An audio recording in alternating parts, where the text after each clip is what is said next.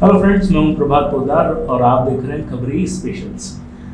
आप जानते होंगे कि कुछ महीने पहले मणिपुर में हिंसा शुरू हो गई, तो हमने सोचा कि क्यों ना उस हिंसा के बारे में जो उसके कारण है उनके बारे में आपसे चर्चा की जाए।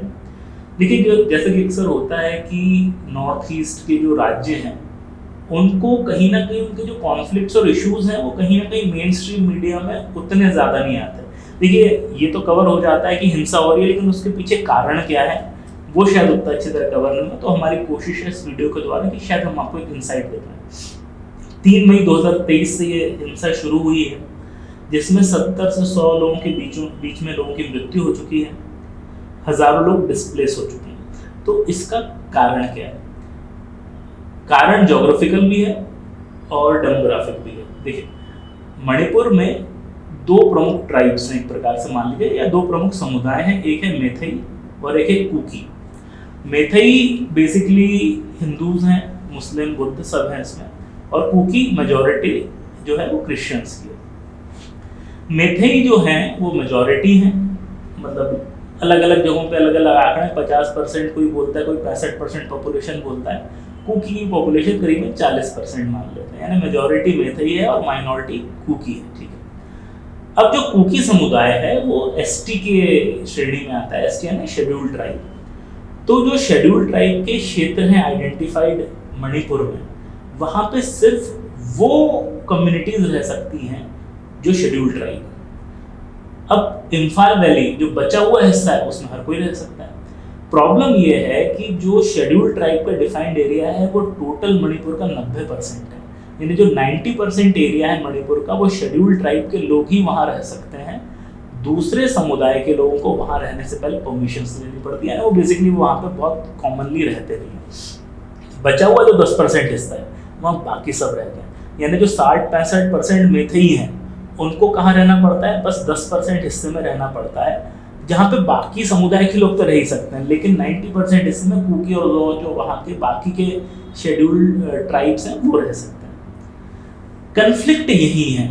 कन्फ्लिक्ट इस बात का है कि मैथई कहते हैं कि हमको भी अधिकार होना चाहिए कि हम बाकी क्षेत्रों में अपने सेटलमेंट्स बना पाएं, और इसीलिए बहुत टाइम से उन्होंने एक मांग रखी हुई है कि हमें भी शेड्यूल्ड ट्राइब का दर्जा दिया जाए।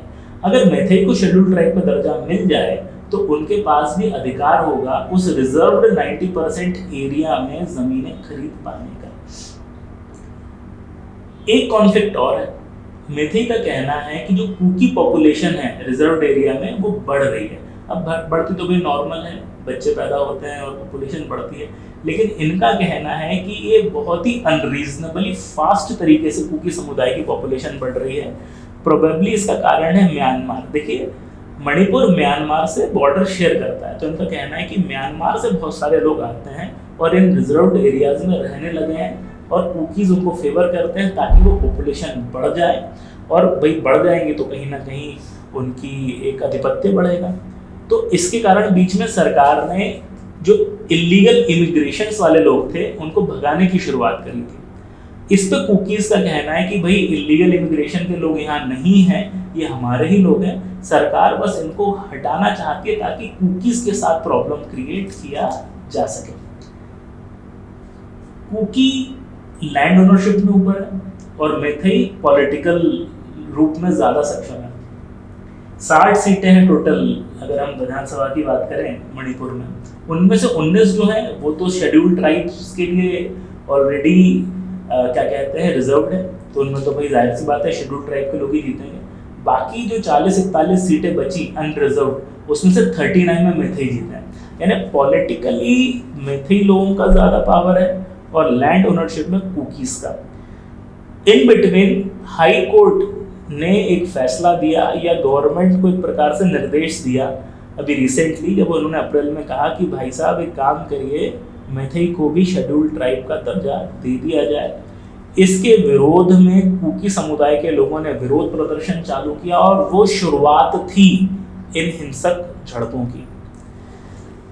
देखिए, इसमें सही कौन है और गलत कौन है, शुरुआत किसने की, हम शायद इतने समझदार नहीं कि हम इसका जवाब आपको दे पाए। बस हम ये कोशिश कर सकते हैं कि देश के बाकी क्षेत्रों की जनता भी जान पाए कि पूरे देश में क्या क्या चीज़ें चल रही हैं, क्या क्या घटनाएं हो रही हैं, और ये चिल्ला चोट के बीच में जो असली खबर है वो आप तक पहुंचनी ज़रूरी है।